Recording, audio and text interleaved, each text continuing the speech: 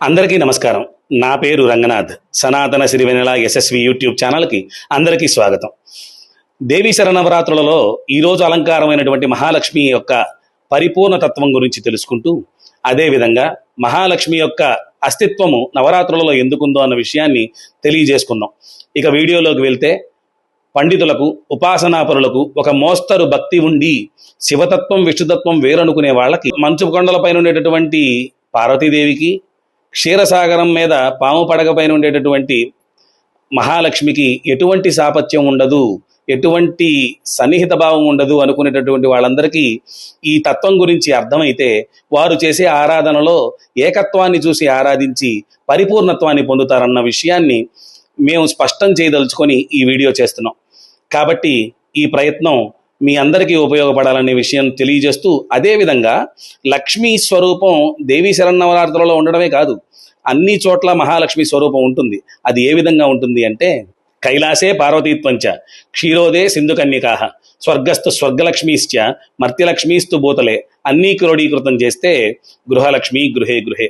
కైలాసంలో పార్వతీదేవిగా, క్షీరసాగరంలో మహాలక్ష్మిగా, స్వర్గంలో శచీదేవిగా, భూలోకంలో భూదేవిగా, ఇక ప్రతి ఇంట్లో ఉండే సుమంగళి స్వరూపంగా, అదేవిధంగా గృహలక్ష్మిగా అమ్మవారు ఇన్ని రూపాలలో కనబడతారు. కాబట్టే వివాహ ప్రక్రియలో పెళ్లి కూతురుని మహాలక్ష్మిగా భావించి, తామర పువ్వులా భావించి, ఆ బుట్ట ఏదైతే ఉంటుందో ఆ బుట్టలో పద్మాసనస్థయ్యి ఉండేటటువంటి మహాలక్ష్మిగా భావించి, శ్రీమన్నారాయణ మూర్తిగా పెళ్లి కొడుకును భావించి అతని దగ్గరికి తీసుకెళ్లి పెళ్లిపీటల మీద కూర్చోబెడతారు. అంత గొప్ప లక్షణం ఉంది మహాలక్ష్మి తత్వంలో. ఇక మహాలక్ష్మి తత్వం గురించి పూర్తి వివరాలు మనం తెలుసుకుంటూ, ఇక శరన్నవరాత్రులలో మహాలక్ష్మి తత్వం గురించి చెప్పుకుంటే, శరన్నవరాత్రులు మొత్తం మూడు భాగాలుగా పూజించమని చెప్తున్నారు.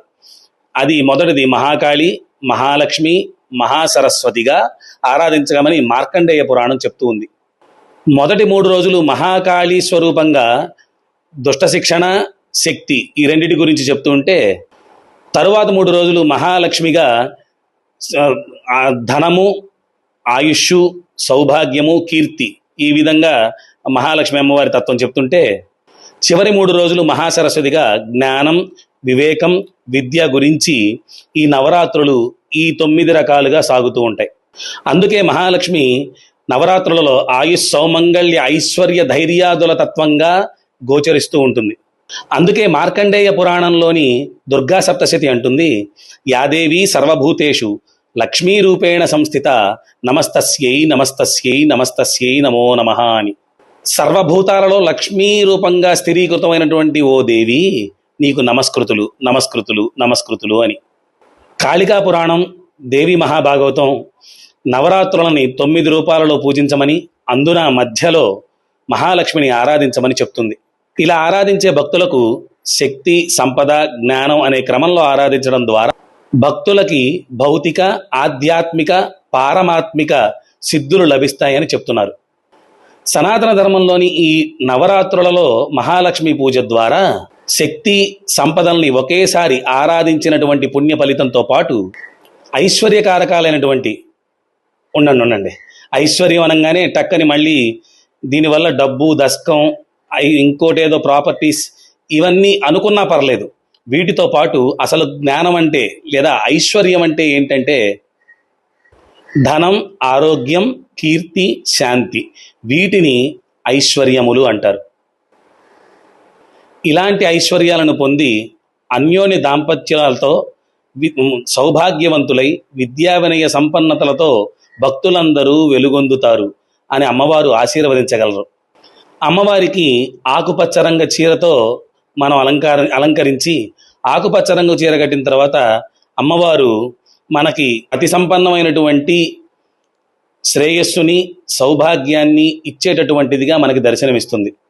అదేవిధంగా అభివృద్ధికి, సంతానోత్పత్తికి కూడా కారణమవుతుంది.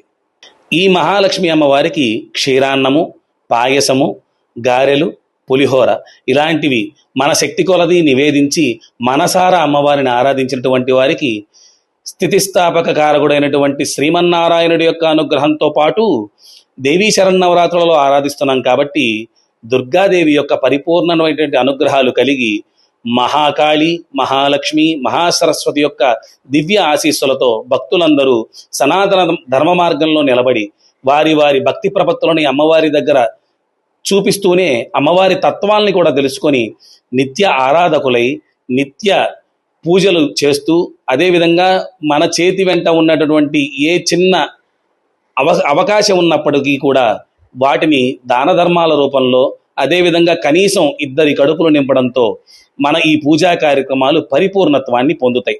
మహాలక్ష్మి స్వరూపాన్ని ఆరాధించే వాళ్ళు దుర్గాదేవితో కలిపి ఆరాధిస్తున్నారు కాబట్టి అష్టైశ్వర్య భోగభాగ్యాలతో పాటు దాన ధర్మాల యందు సనాతన ధర్మాన్ని నిలబెట్టడంలో కూడా వారి వారి యొక్క గాంభీర్యాన్ని, వారి వారి యొక్క దృఢత్వాన్ని చూపిస్తూ అమ్మవారి యొక్క దివ్య ఆశీస్సులకు పాత్రలవ్వాలని మనసారా కోరుకుంటూ తదుపరి వీడియోతో మళ్ళీ కలుసుకుందాం. అంతవరకు నమస్కారం.